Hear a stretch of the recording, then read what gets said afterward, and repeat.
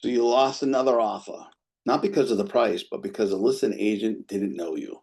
In a bidding war, relationships with other agents are going to be your hidden weapon. You can either learn to build the relationships or you're going to keep losing out.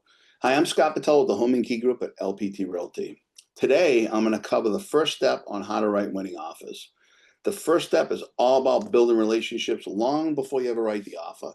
I got great advice 24 years ago from my ex-father-in-law, who was a real estate agent for many, many years, who told me this: the most important relationships that I was going to have would be with other real estate agents, not with clients, but with other real estate agents. You may sell a client a house and maybe they do some referrals and maybe you sell them 2 or 3 houses over the course of time, but you're going to be working with the same real estate agents year in and year out. So you better make good relationships. And that was great advice. And I highly recommend that. So the first step is always about building relationships long before you ever have to write the offer, right? You have to make it intentional. You have to make an ongoing process of building trust and goodwill with other real estate agents in the market well before you ever need them to even consider your offer, right? You want them to know and like and trust you, right? It's not about networking, exchanging business cards, cents. It's about building a professional reputation that's going to precede you. It's developing relationship equity so that when your name pops up in the listed agent's inbox or on their phone, guess what? It triggers a positive response. Here's what they're thinking: I love working with this agent. This agent will make my life easy. I know he or she is going to get it to the closing tables with no hiccups. Or if there are hiccups, we're going to work together to solve them in a professional manner. That's what people want. That's what I want as a listing agent, right? It's about playing the long game, knowing that deals are people driven, not just data driven, right? By the way, I put it in the chat. I think I put it in the chat. If not, you can get my free download, all 5 steps on how to write winning offers. It's the same strategy that my team uses on a day-to-day basis. You can get that by going to www.writingwinningoffers.com.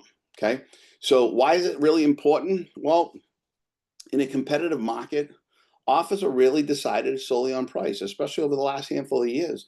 There's been multiple offers. Sometimes they're equal, right? And across the board, it's like these two are equal, but I've worked with this agent many, many times. It's been smooth. They're professional. I can get it to the closing table. This one I don't know or has a bad reputation. Which one are you going to go with, right? Trust is going to be a tiebreaker. So when two offers are really close in price and terms, guess what? Just like I just said, the listing agent is going to want to go with an agent they know is going to get the deal done without any problems, without any chaos, right? So remember this: your offer doesn't get to them in a vacuum. It arrives with your reputation attached to it already. So if you build goodwill over the months or years, that reputation is going to work for you like an invisible sales rep. Okay. You want to have positive familiarity so it can reduce perceived risk, right? If an agent's already seen, well, you've demonstrated that you're responsive, you're ethical, you're organized, right? They're more likely to trust that the deal that you put in the offer is going to close smoothly, right? And that's why over a period of time, if you continue to deliver that positivity, guess what? It's going to build that reputation. Then agents want to work with you. So every single interaction that you have with another agent, remember this: whether it's online, offline, during a transaction, or even after you lost the deal, it's going to do one of two things. It's either going to build up your, it's going to build your trust or it's going to erode your trust. Remember that. So, I mean, listen, I think we'd all agree. You get 2 offers on a single property. One agent, you don't know them, or they have a bad reputation, right? They're difficult to work with. They don't respond. Everything's sloppy. And then you have the other agent who you've done many deals with. They communicate professionally. They're on time. You don't have to chase them for anything. And let's be real, right? Which one are you going to choose? The same one I'm going to choose. Guess what? That's going to be the same one that the listing agent on the house that you submitted the offer is going to choose. So you want to be on the positive, right? Again, if you're liking what you're hearing here, you can get the whole download, all 5 steps, free. Just go to writingwinningoffers.com and you'll have it in a couple of minutes. Okay. So what's involved with this? Well, building relationships really require consistent, intentional action over time. That's the key. You have to be the same over time, right? We all have bad days, but like if you just got to be consistent and positive and do the right things, and you do that over and over and over again over time, and it's going to help build that positivity. It's going to help build your reputation, right? You want to be visible.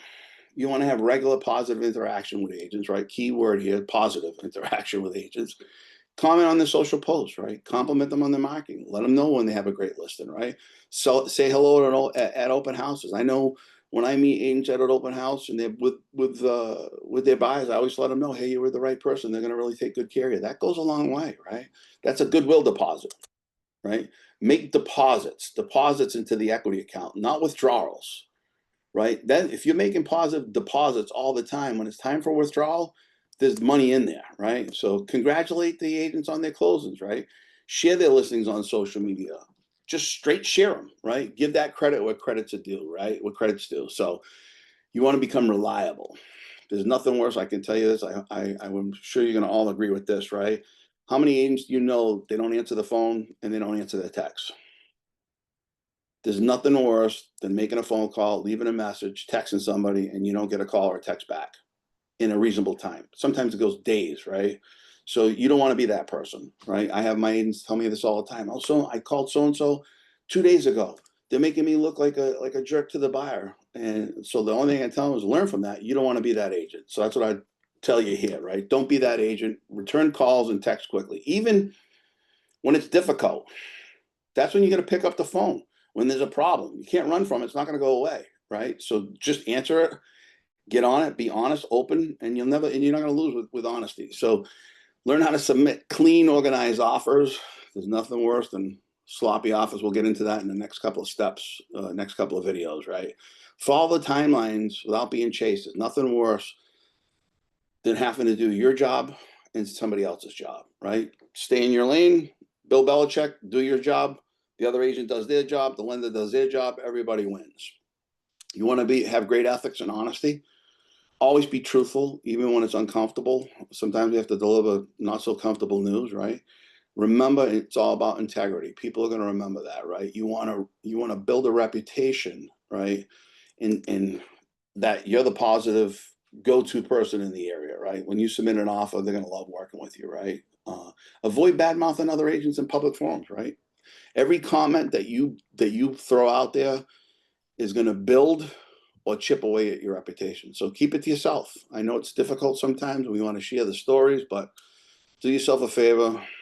Share it with yourself. Have some grace when you lose, right? Only one officer can be accepted, right? So if yours isn't the one, send a professional follow-up. Send a thank you card, right? Thank the person for taking the time to show it to you and wish them a great, smooth closing, right? You want that to close for them, right?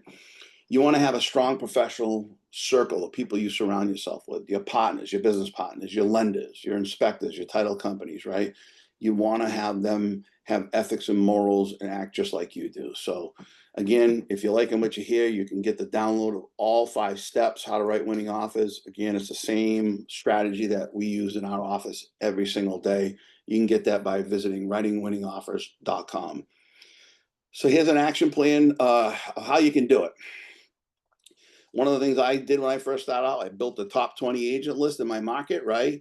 We know who gets the listings, who the heavy listers are in the area, right? So stop following them on Instagram and Facebook, right? Engage with them, engage on their posts, share their posts, right? Reach out to them when they do something positive, when they post something noteworthy, when they do something great, right? They get a great listing, post, hey, that's a great listing, beautiful listing. I hope I have a buyer for it, right? Really, you want to be I'm not saying you lay down, right? You need to advocate for your client, but you want to be the easy agent to work with, right? If I tell you I'm going to do something, I do it. If you tell the other agent you're going to do something, then just do it, right? That's being the easy agent, where they're not chasing you, where you're delivering stuff on time, you're responsive to calls. That I can't say that enough. Like calls, texts, and emails, try to respond within 30 minutes if you can, whenever possible. Listen, there's times when we can't do that, but there's a lot of times you can't take a call, but you can shoot a quick text. Hey, I'm tied up at a meeting. I'll call you at such and such a time. Hey, I haven't forgotten about you. I have meetings. I'm going to call you at such and such a time, right? People, that goes a long, long way, right? Here's another one, man. Double check your paperwork before you send it out. Sometimes it's good to put another set of eyes on it, right? So you don't have sloppy errors. There's nothing worse. As a listing agent, the offer comes in and there's mistakes all over it. Dates up in the past. I mean, all kinds of crazy stuff. Have somebody look at it, or right, or pay somebody to look at it.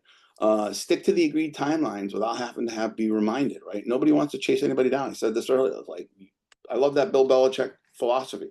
I do my job, you do your job, the lender does his job, the attorney does his or her job, and everybody wins, right? So you don't want to have to be chasing people to get things signed, and that's just not a good way. It's not going to work out well for you. And again, you got to make deposits into the equity account long before you ever go for withdrawal. There has to be, you go to the ATM, if there's no money in your account, you can't get it, right? So, but if you load up the goodwill deposits when there's time, when you're looking for, you need this person, you're looking for a favor, right? Now you have built up that equity account and you have a much better chance at getting that taken care of, right? So simple stuff, guys.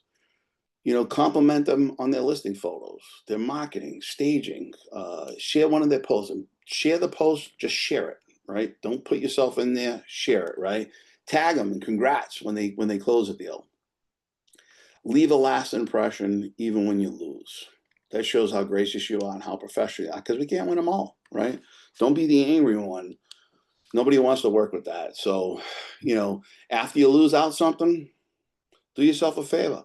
Send them a thank you card. Thanks for that opportunity. You can do this in a text too or an email. Hey, I hope that transaction goes well. Let me know if anything changes. I tell you what, anybody that's been in the business for a period of time, we all know not everything sticks, right? So if you weren't plan A and you're plan B, guess what? If you're professional and gracious, they'll probably come back to you, right? So again, some of these things I'm saying over again because I think they're so important. You want to make sure you surround yourself with professionals that act and just like you, right? Your title companies, your lenders, your inspectors. You want a team of professionals, right? And make sure you mind your public voice, right? Let's not bash other agents in Facebook groups, right? Networking events. That's not a good look. Other agents are going to remember who's talking behind other people's backs. So don't do that. You wouldn't want somebody talking about you on Facebook. So, I guess it goes right back to that old saying, right? Treat people how you want to be treated, right? So if you enjoyed this, you can get the whole download at writingwinningoffers.com. It's going to give you all 5 steps. It's going to give you a sample of what our offers look like. It's going to give you a sample of our offer packages. We didn't hold anything back. Feel free to jump on that, grab that. I hope you enjoyed this, and we'll see you on the next video, step 2.